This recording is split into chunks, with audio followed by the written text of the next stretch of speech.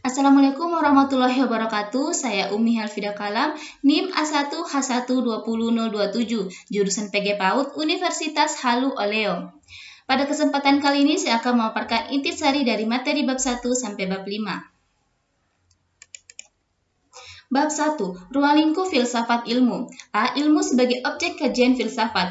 Cakupan objek kajian filsafat lebih luas dibandingkan ilmu karena ilmu hanya membahas persoalan empiris saja, sedangkan filsafat membahas persoalan empiris yang nampak dan non-empiris yang tidak nampak. B. Pengertian filsafat ilmu. Filsafat berasal dari bahasa Yunani, yaitu philosophia yang terdiri atas dua kata, philos yang berarti cinta atau philia yang berarti persahabatan, dan sophos yang berarti hikmah, kebijaksanaan, pengetahuan, keterampilan, pengalaman praktis, dan intelijensi. Jadi secara etimologi, filsafat berarti cinta kebijaksanaan atau kebenaran, love of wisdom, yang biasa disebut dengan hikmah. Pengertian ilmu. Ilmu berasal dari bahasa Arab, yaitu alimu ya'lamu ilman, yang berarti benar-benar memahami atau mengerti. Jadi secara etimologi, pengetahuan adalah tentang suatu bidang yang disusun secara bersistem menurut metode-metode tertentu. Filsafat ilmu adalah kajian secara mendalam tentang dasar-dasar ilmu yang mencakup ontologi, epistemologi, dan aksiologi. C. Tujuan filsafat ilmu. Tujuan filsafat ilmu yaitu untuk mendalami unsur-unsur pokok ilmu dan memahami sejarah pertumbuhan, perkembangan, dan kemajuan ilmu di berbagai bidang. Oke, kita lanjut di bab 2. Baik, bab 2. Sejarah perkembangan ilmu. A. Landasan ilmu pada zaman Yunani. Menurut Thales, ia mengatakan bahwa alam adalah air karena air unsur penting bagi kehidupan makhluk hidup. Kedua, Anaximandros, ia mengatakan bahwa unsur utama alam harus mencakup segalanya dan di atas segalanya yang dinamakan apeiron. Yang ketiga, Parmenides, ia mengatakan bahwa gerak dan perubahan tidak mungkin terjadi. 4. Pythagoras, ia berpendapat bahwa tidak ada satupun di alam ini terlepas dari bilangan. Kemudian, Protagoras, ia menyatakan bahwa manusia adalah ukuran kebenaran atau humanisme. Socrates, ia berpendapat bahwa ajaran dan kehidupan adalah satu dan tak dapat dipisahkan satu dengan yang lainnya. Kemudian Plato, ia berpendapat bahwa kebenaran itu ada dan bukan dibuat-buat, bahkan suatu ada di dalam idea. Aristoteles, ia berlogika yang mendasar pada analisis bahasa yang disebut syllogisme. Kemudian B. Perkembangan ilmu pada zaman Islam. 1. Penyampaian ilmu dan filsafat Yunani ke dunia Islam. Pada dasarnya, terdapat upaya rekonsiliasi dalam arti mendekatkan dan mempertemukan dua pandang yang berbeda. Kemudian, kedua, pandangan ilmu pada masa klasik, yaitu peristiwa fitnah kubra. Yang ketiga, perkembangan ilmu pada masa kejayaan Islam. Masa kejayaan Islam terjadi pada masa dinasti Abbasiyah dan Umayyah. Kemudian berakhir pada masa keruntuhan tradisi ilmu Islam dalam abad ke-18.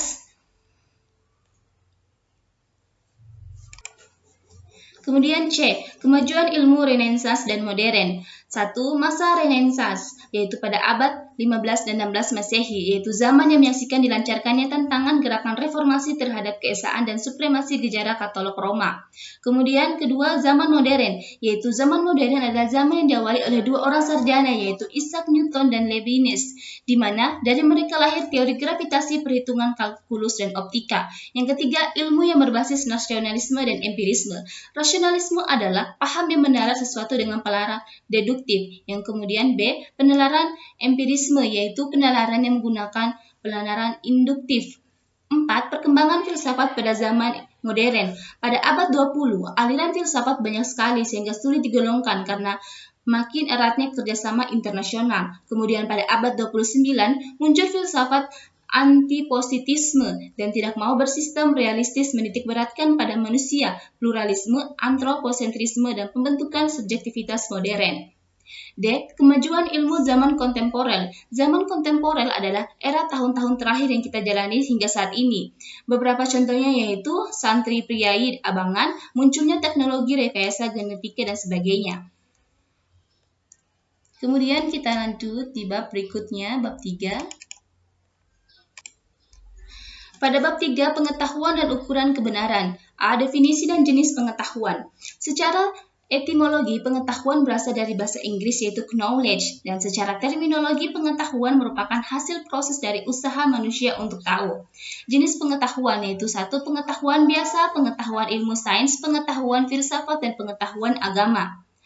B. Hakikat dan sumber pengetahuan. Hakikat pengetahuan yaitu realisme, bahwa pengetahuan adalah benar dan tepat bila sesuai dengan kenyataan. Namun, idealisme menyatakan bahwa pengetahuan yang benar-benar sesuai dengan kenyataan adalah mustahil. 2. Sumber pengetahuan. Sumber pengetahuan terdiri dari 4. Empiris, yaitu pengetahuan berdasarkan pengalaman, rasionalisme yaitu akal dan dasar kepastian pengetahuan, intuisi yaitu pengetahuan yang langsung atau mutlak, wahyu yaitu pengetahuan disampaikan oleh Allah SWT melalui perantara para nabi. Kemudian, ukuran kebenaran. Ada 3 jenis ukuran kebenaran, yaitu kebenaran epistemologi yang berhubungan dengan pengetahuan manusia, kebenaran ontologis yaitu kebenaran sebagai sifat dasar yang melekat pada hakikat segala sesuatu yang ada atau diadakan. Yang ketiga, kebenaran semantis, kebenaran yang terdapat serta melekat dalam tutur bahasa dan kata. Kemudian klasifikasi atau hierarki ilmu menurut Al-Ghazali, yaitu ilmu syariah dan ilmu akliyah. Kemudian kita lanjut pada bab 4. Bab 4. Dasar-dasar ilmu. A. Ontologi. Ontologi berasal dari bahasa Yunani yaitu on atau ontos, ada, dan logos, ilmu. Menurut istilah, ontologi adalah ilmu yang membahas tentang hakikat yang ada. Kemudian B. Epistemologi. Epistemologi adalah teori pengetahuan, ialah cabang filsafat yang berurusan dengan hakikat dan lingkup pengetahuan, pengandaian-pengandaian, dan dasar-dasarnya, serta pertanggungjawaban atas pernyataan mengenai pengetahuan yang dimiliki.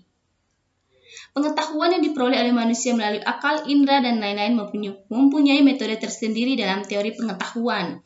Kemudian kita lanjut pada C. Aksiologi. Aksiologi berasal dari bahasa Yunani yaitu axios yang berarti nilai dan logos yang berarti ilmu. Jadi, aksiologi adalah teori tentang nilai.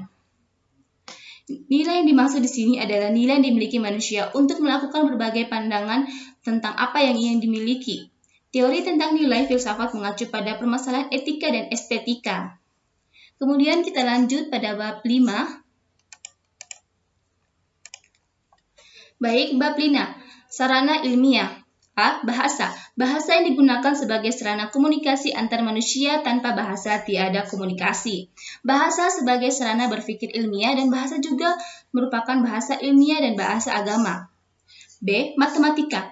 Matematika adalah bahasa yang melambangkan serangkaian dari serangkaian pernyataan yang ingin kita sampaikan. Matematika sebagai bahasa dikarenakan bahasa verbal mempunyai beberapa kekurangan. Kemudian matematika sebagai sarana berpikir deduktif karena penyelesaian masalah-masalah yang dihadapi tidak didasarkan atas pengalaman. Kemudian matematika untuk ilmu alam dan ilmu sosial. C. Statistik. Pengertian statistik. Statistik berasal dari bahasa Latin yaitu status yang berarti negara, dan ilmu statistik adalah ilmu pengetahuan yang membahas dan memperkembangkan prinsip-prinsip, metode, dan prosedur yang akan ditempuh. Hubungan antara sarana ilmiah, logika, matematika, dan statistika. Bahasa merupakan alat komunikasi verbal yang dipakai dalam seluruh proses berpikir ilmiah. Ilmu merupakan gabungan antara berpikir deduktif dan berpikir induktif. Matematika mempunyai peranan penting dalam penalaran deduktif, dan statistik mempunyai peranan penting dalam penalaran induktif. Logika. Logika adalah sarana untuk berpikir sistematis, valid, dan dapat dipertanggungjawabkan. Oke. Itulah tadi beberapa penyampaian materi yang dapat saya sampaikan. Akhir kata saya ucapkan wassalamualaikum warahmatullahi wabarakatuh.